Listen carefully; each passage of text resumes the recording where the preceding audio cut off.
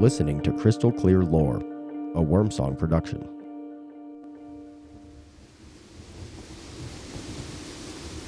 The rain never fell straight. It slanted in from the sea like accusations, driven by winds that smelled of salt and diesel. On the island's western edge, the village of Agios Nikolaos clung to black rocks and firs as if the land itself might shrug it into the water. 40 families, mostly descendants of fishermen who fled the old country after the war, kept the old ways alive, quietly and stubbornly. Lena Kalogeris had never been one for those ways. At 28, she could strip and rebuild a diesel engine blindfolded, curse in 3 languages, and drink most of the deckhands under the table. When her fiancé, Theo, disappeared off the Minerva during the worst storm in 20 years, she met the news with a jaw so tight it ached for days. No tears, just grease under her nails and the roar of engines in her ears to drown out the silence. The widows came 3 days after. They arrived at her small house above the harbor in a slow procession, black scarves over their heads despite the rain. Old Mrs. Stavros, whose husband had been lost in '89, and Miss Andropoulos, eyes like chipped flint. They bought kalori bread, a bottle of wine, and the weight of expectation. "You must observe the 40 nights of weaving," Mrs. Stavros said, voice soft. "in Athena's house, for Theo, for the fleet. The sea takes, but the Grey-Eyed One can guide what remains." Lena almost laughed. She had helped repair the chapel's leaking roof 2 summers ago. It was just an old stone building on the cliffs with a faded fresco of a helmeted woman holding an owl. The priest called her Saint Sophia. The grandmothers called her something older. "I don't weave," Lena said. "You will learn," Mrs. Andropoulos replied. "The goddess teaches those who need teaching." They left the shroud cloth on her table, fine white wool, heavier than it looked, and a wooden shuttle carved with olive branches. Lena wanted to throw it into the harbor. It wouldn't bring Theo back. Instead, on the 7th night after Theo's disappearance, she climbed the slick path to the chapel with a duffel bag and a thermos of coffee strong enough to wake the dead. She had debated for the last 4 nights, but decided that perhaps the 40 days would help with the grief that threatened to overwhelm her. The door creaked open on oiled hinges. Inside smelled of damp stone, incense, and something sharper, like hot bronze. A single oil lamp burned on the altar, flame steady though the wind howled outside. Someone had already set up the loom. Lena worked the first few nights in grim silence. Her hands were rough and calloused from tools and manual labor, not delicate work, but the shuttle moved easier than it should. She recited the hymns phonetically from the handwritten book the widows had given her, words she barely understood. She had been right. The work helped with her grief, and so she kept on. On the 4th night, she fell asleep at the loom and awoke to the sound of weaving. The shuttle flew back and forth by itself, clicking like a metronome. The cloth had grown several inches. In the new section, woven in dark thread against the white, was the unmistakable outline of a boat breaking on rocks. Minerva's hole markings, clear as a photograph. Lena's stomach lurched. She cut the threads with her pocket knife and burned them in the lamp's flame. The next morning, the harbor master told her all the search efforts had been called off. "The currents are too strong," he said, not meeting her eyes. "But we found debris. It was consistent with the rocks near Devil's Jaw." Lena returned to the chapel that night with a new purpose. If the saint or goddess, or whatever, wanted to play games, she would play. By the 10th night, the changes began. She dreamed of maps, underwater contours, pressure systems, the exact path a crab pot should drift to maximize catch. When she woke, she sketched them on scrap paper. The following week, 3 boats that followed her crude charts brought in record hauls while others returned empty. Word spread. She also began to notice the loss inside herself. She could no longer cry. She tried staring at a photo of Theo until her eyes burned, but nothing came. When Mrs. Stavros brought her food on the 15th night and spoke gently of grief, Lena answered with clinical detachment. Grief is inefficient. It clouds judgment. The old woman nodded knowingly. Her eyes itched constantly. In the chapel's cracked mirror, the irises looked paler, storm cloud gray creeping in from the edges. The loom worked faster now, even when she left it. At night, she heard it from the mirror where she tried to sleep on the narrow cot. Sometimes she woke to find new scenes woven into the growing shroud. Rival Captain Elias's boat taking on water. A cannery executive signing papers that would close the plant. Her own hands holding a wrench like a weapon, precise and merciless. She left these intact, too afraid of what would happen if she burned them like she did with the Minerva's image. One night, she caught her reflection in the oil lamp's glow. For a moment, the face wasn't hers. A helmeted silhouette, calm and evaluating, stared back. Lena smashed the lamp. The flame didn't go out. It simply moved to another wick that hadn't been there before. The voice came on the 22nd night. Not aloud, inside her skull, clear as engine diagnostics. You fight what could save them. Lena gripped the loom until her knuckles whitened. I want Theo back. That's all. Theo is gone. The sea keeps what it takes, but the village can be kept. The fleet, the bloodline. A pause, almost gentle. You were always the strongest thread. She began to see the world differently. People appeared as assets or liabilities. Weak points glowed in her vision. Elias's bad knee, the harbor master's hidden gambling debts, the way fear made the widows compliant. Strategies unfolded like blueprints. How to force a merger with the mainland cannery. Which families should be quietly encouraged to leave. Which stubborn old men might need to be lost at sea for the greater yield. Her hands grew colder. Touching her own skin felt like touching someone else's. When she tried to remember Theo's laugh, she found only data. Frequency, duration, the way it had once made her chest feel warm. The warmth was gone. On the 28th night, the other widows visited. They moved with eerie synchronicity, eyes all carrying that same metallic gray. Mrs. Stavros smiled with something like pride. You see now, she said. We protect what we can. The gray-eyed one does not love. She calculates, and she has kept this village alive for 4 generations. Lena looked at their hands, fingers too long, joints clicking softly as they moved, skin patterned with faint raised lines like embroidery. One woman's left eye had no pupil anymore, just smooth gray. What happens after 40 nights? Lena asked. You become the anchor, Mrs. Andropoulos said. Or you refuse, and the calculations turn against us. Storms find us with perfect aim. The nets tear and children sicken. The goddess is efficient in all things. That night, the loom wove without thread. The shuttle dragged air and shadow, forming images directly into the cloth.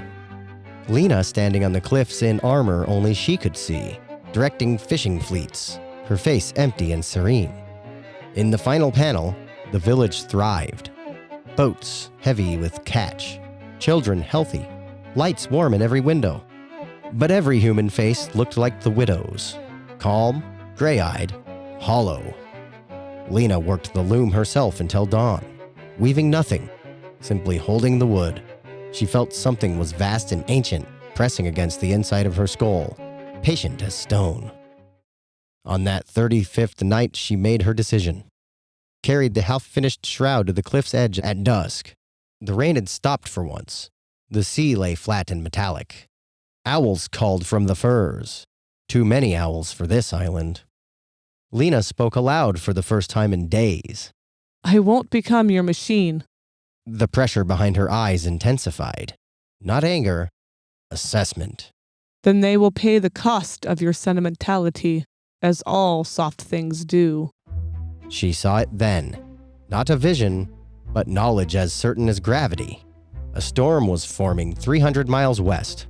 It was perfectly timed and unsurvivable for wooden-hulled boats if they were out on the scheduled run. 27 men would die, including boys she had known since childhood. Lena looked at the shroud, then at the sea before she began to tear the cloth. Threads screamed like living things. Blood ran from her fingertips where the wool cut deep, but she kept tearing. The voice in her head remained calm, almost curious. You would choose their deaths? No. Lena whispered, tears finally coming. Hot, painful, red-tinged. I choose to let them be human, even if it kills us all.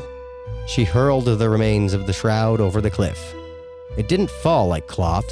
It twisted midair, forming the rough shape of a woman with spear and shield before dissolving into the wind. The oil lamp in the chapel behind her finally went out. Lena walked back down the path as night fell. Her eyes were still gray, but the metallic sheen had cracked. In them reflected something messy and alive, something undeniably human. The storm came 2 nights later. It was brutal, with 3 boats becoming damaged. 1 man nearly died, but everyone survived. The village limped forward, poorer and more frightened, yet still breathing. Years afterward, all of the villagers still told the story in hushed voices around wood stoves. She was the last widow, and the only who refused the gray-eyed one. Some said she left the island. Others claimed she still lived in her small house above the harbor, eyes the color of storm clouds, fixing engines with hands that never quite warmed. And sometimes, on the worst nights, fishermen swore they saw a lone figure on the cliffs, watching the sea with neither love nor strategy, only the stubborn, inefficient grief of a woman who chose to remain mortal.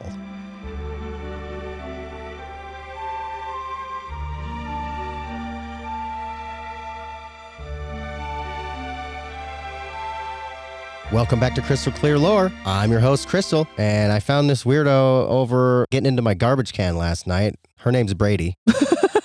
Are we switching it up? Is that what we're doing today? Yeah. So I thought we would do an episode on thermodynamics. No. And their application in oven maintenance. Well, if anyone's still listening, no, we're not. We're doing it on the goddess Athena. What? Am I in the right studio? What podcast is this? This is Crystal Clear Lore. You said the right title, but then you confused everyone with your whole science. I thought this was Chris's teal floor. No. Oh, okay. Hang on. No. That's 2 studios down to the left. Well, hey, you have the same buttons here, so you mind if I just push them? No, go ahead, push buttons. Okay, well, what are we talking about today? So today is the Hellenic goddess Athena, or Minerva is her Roman name. Another Hellenic goddess, huh? Yeah, we haven't done Hellenic goddess in a bit, but you told me that the Odyssey movie is coming out. Then she got really pushy about getting her episode done. So she wanted it done, and we're going to do it. All right, well, let's dive in. So Athena is the Greek goddess of war, wisdom, and handicrafts. Most notably, she's the goddess of weaving. Like baskets? Like a loom. So not like actual threads and clothing, but we're talking about big old existential looms? No, actual threads and clothing. What? Yeah. No, actual threads and clothing. Oh, okay. This one might be normal. Hey, No. I'm going to have some hats. I'm going to maybe some socks. Nope. Oh, God. Wait. It's Greek. She is also the patron goddess and protector of several cities across Greece. Athens is the most famous one. I saw a movie called Grease. See, I went Greece to like the country and was like, what are you talking about? I think that movie was about hair. I don't know what that movie's about. I'm pretty sure. John and Travolta can dance. That's what's about. John Travolta did some dancing, but I'm pretty sure the main part of that movie was the hair. That's why it's called Grease. Look it up. Athena's symbols are owls, olive trees, and snakes. When she's depicted, she's usually wearing a helmet, and sometimes she's carrying a shield, sometimes a spear. She does actually show up in the Disney movie Hercules, and she's one of the gods on Olympus, and she's shown in the beginning and the end of the movie. So she's stuck in my head because she does stand out in that movie because she's blue. Just a bit of a cameo for her, huh? She's not part of the Hercules story, but she was there. Well, at least they included her for funsies, I guess. Yeah, kind of have to. Had the whole ensemble at the end. She is the one that's blue, has the helmet, a shield, and then she's got a little owl friend that she loves on. This is where Athena starts getting weird because we're going to go into Athena's origin story right off the bat. It's weird. because it's Greek. Yeah, everything's weird in Greek mythology. Because of who? Why is everything complicated in Greek mythology? Our boy Zeus. There he is. So Zeus impregnated Metis, who is like the goddess of wisdom, but she's more like a Titan than a goddess, right? She's not an Olympian, she's a Titan. So she's older than Zeus because the gods of Olympus only came out from the Titan Kronos. But anyway, Zeus impregnates Metis, whether it's first wife or Zeus being Zeus. She is the goddess of wisdom, prudence, and deep counsel. However, Metis was prophesied to give birth to a son who'd be wiser and more powerful than his father.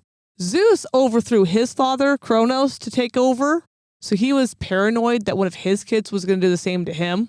Yeah, that makes sense. So Zeus swallowed Metis whole. Swallowed Metis whole. Just swallowed her whole. Wow. While she's inside of him, Metis gives birth to Athena and then raised Athena while confined to Zeus's body. Who are these story writers? What is this? Like George R. Martin couldn't write this. Well, in Zeus's defense, kind of, his father Kronos had swallowed Zeus's 2 brothers and 3 sisters, so Zeus was probably familiar with the idea. Yeah, there was an old lady who swallowed was it a fly? Yeah, it's a fly. Because I thought I was getting it confused with the old lady who lived in a shoe. Yeah, you usually do. You think they're the same old lady. They're not. They're 2 different old ladies. So the old lady that lived in the shoe is not the old lady who swallowed the fly? No. Oh, well, there's a lot of old ladies in folklore. So Zeus gets like a massive headache one day. It's so terrible that he orders another god. Who it is varies. Sometimes it's Ares, god of war. Sometimes it's Hephaestus, the smith god. Sometimes it's Poseidon. It literally or Hermes. Depends on the author. He orders another god, though, to cut his head open with a double-headed axe. So they do. From that, Athena emerges fully grown. What kind of a story is this? I knew once I got to Athena's birth, I was like, he's going to be like, what the heck? That's not how babies are made. I was taught way differently. I don't know what I saw in the hospital, but it was nothing like this. No, you remember the nurse slapped open my head and then the child came out fully adult? Maybe that's why they made me do so much paperwork. Oh. And then for some reason he went back to an infant. That's how babies are made. Well, maybe $90,000 is not enough. Oh yeah, they told me not to tell you that number. I was only $40K. Athena's main city of worship that we know of was Athens. It's the really famous one. Now here's the fun thing. So Athens could have been named for Athena, or Athena's name could come from Athens. So what came first, the chicken or the egg? Currently, most scholars think the city's name came first because a lot of people's names did not include the "-ine". So like Athena, a lot of personal names in Greek didn't include the "-ine". However, it is very common for places to include that. So that's kind of what they're thinking as of right now. Then there's a whole other monkey wrench in that idea. There's a whole myth about Athens choosing its patron god. So there's a competition that happens between Poseidon, god of the sea, and Athena. And the city-state was going to choose based on what the god would provide, right? So they said, okay, well, what do you have to offer? If you're going to have us dedicate our whole city-state to you, what do you have to offer? Poseidon, depending on the telling, either offers the first horse, or he strikes his trident into the ground to reveal a salt water spring for trade. Athena offers the first olive tree, and Athens chose the olive tree. I am glad they did, because have you ever had olive oil? Yes. So it is terrific. That is a huge thing in Greece. Olives are like a massive resource in Greece, and it's a significant part of the economy. I'm not going to lie. I don't really like olives in many other applications besides the extra virgin oil. That's fair. They also use the wood from the olive trees and olives in the olive oil. Well, Poseidon gets pretty upset that he wasn't chosen to be the god of Athens. So he sends one of his sons to go chop down the tree. However, this son apparently was just terrible in all ways and could not chop down a tree because he's terrible. He ends up missing and then somehow killing himself on the axe. Okay, when you said terrible, I didn't know the scope of how terrible we were talking here. Absolutely terrible. I was like, I think if you can roll less than a nat 1 on a dice, I think he did it. I couldn't believe that when I saw it. I was like, what do you mean he killed himself? That was like rolling a nat 1 right after you pissed off the DM. I don't know what he did, but man, he woofed it. As it goes for family, Athena's father is Zeus and her mother is Metis. But Athena herself is a chaste goddess, right? She's a virginal goddess. She does adopt, this is a whole name, Erichthonius. Okay, now this son is not Athena's biological son because remember, she's chaste. But there's a story about his creation that is going to get a little weird. It can get weirder than it already has gotten. You know, I'm strapped in. Keep going. So Hephaestus, the smith god, tries to force himself on Athena. Sometimes this happens due to them being married, but then she rejects him on their wedding night. Scandalous. So she just fight him off. However, Hephaestus finishes on Athena's thigh. So okay, I didn't know what body part you were going to name there. She wipes the stuff on the ground. Like she kind of like gets it off on the ground in disgust. We're all adults here. It's semen. Okay. She wipes it on the ground in disgust, but then that caused Gaia, who is the Titan of the earth, to get pregnant. We're starting to at least get into slightly more accurate biology here. Kinda. And then she ends up pregnant with Erichthonius. Sometimes Athena instead marries Hephaestus, but then she has disappeared from the marital bed before duties can begin. So then Hephaestus takes care of it himself and just kind of has his stuff on the ground, which results in Erichthonius. Okay. That's totally how it works. Yes, exactly how it works. I've learned that in a book. Even. Put that on the ground and a child comes out of it. That's why we use a sock now. The weird part, and I'm sure people who know Greek mythology are kind of putting two and two together. Hephaestus is the son of Hera. Hera is the daughter of Kronos. Kronos is the son of Gaia. So Hephaestus impregnated this great-grandmother. Don't you just love Greek mythology? What was it last week? Was it half twins? The twins, Castor different and Pollux. dad. Yeah. And then now, all right, folks. Greek, am I right? Yeah, Greek. Greek is fun. Well, I'm sure we're not even done yet. So keep going. So, okay, when you think of famous Greek monsters, right, the one that's very commonly thought of is Medusa. I was thinking of the Cyclops. Is that a Greek one? That is Greek. That comes in later. I thought that might have been a borrowed one, but that's good. Okay. From the Odyssey itself.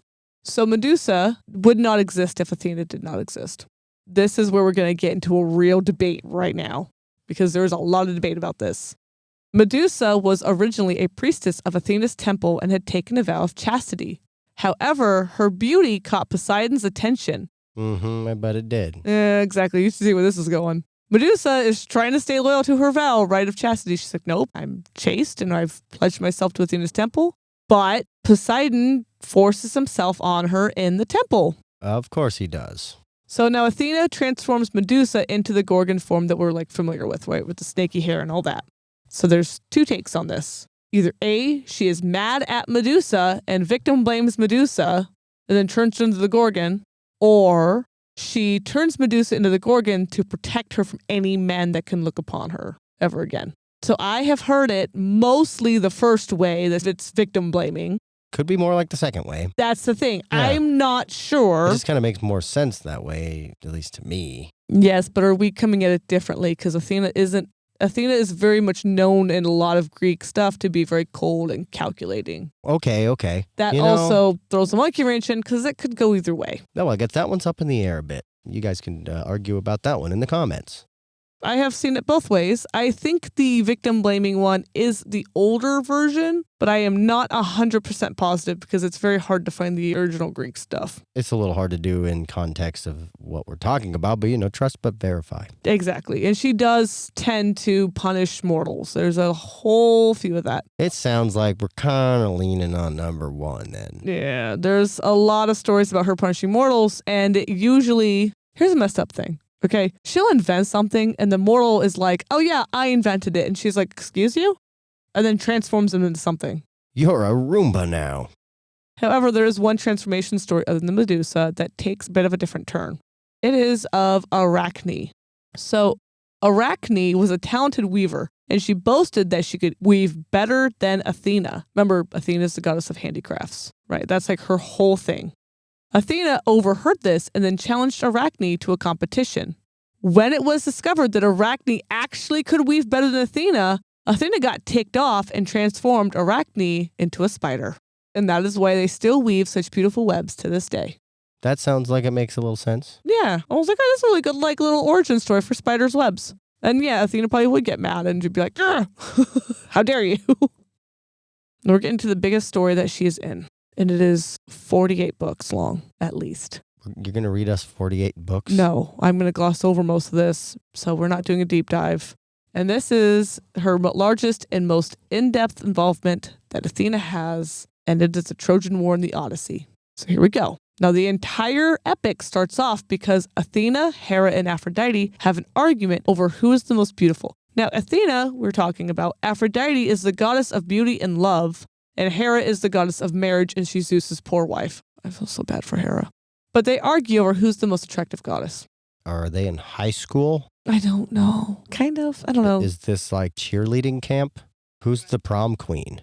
So they have Paris, Prince of Troy, help them settle their argument. Each of them attempts to bribe Paris' opinion. Athena's like, well, if you choose me, I will have you, like, you'll be the best general ever, and you'll have all the military accolades you could ever want. And I don't remember what Hera promises, because he chooses Aphrodite. What did she offer? She offered him the most beautiful woman in Greece, Helen.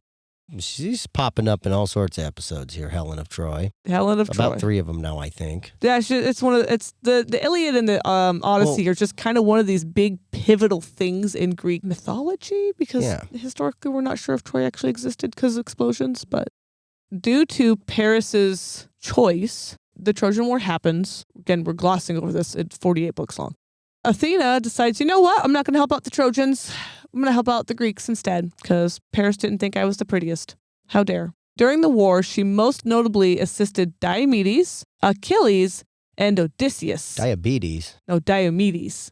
However, after the war, Ajax, who was a Greek warrior, assaulted Cassandra, the prophet of Apollo, at one of Athena's shrines, which then caused Athena to turn on the Greeks.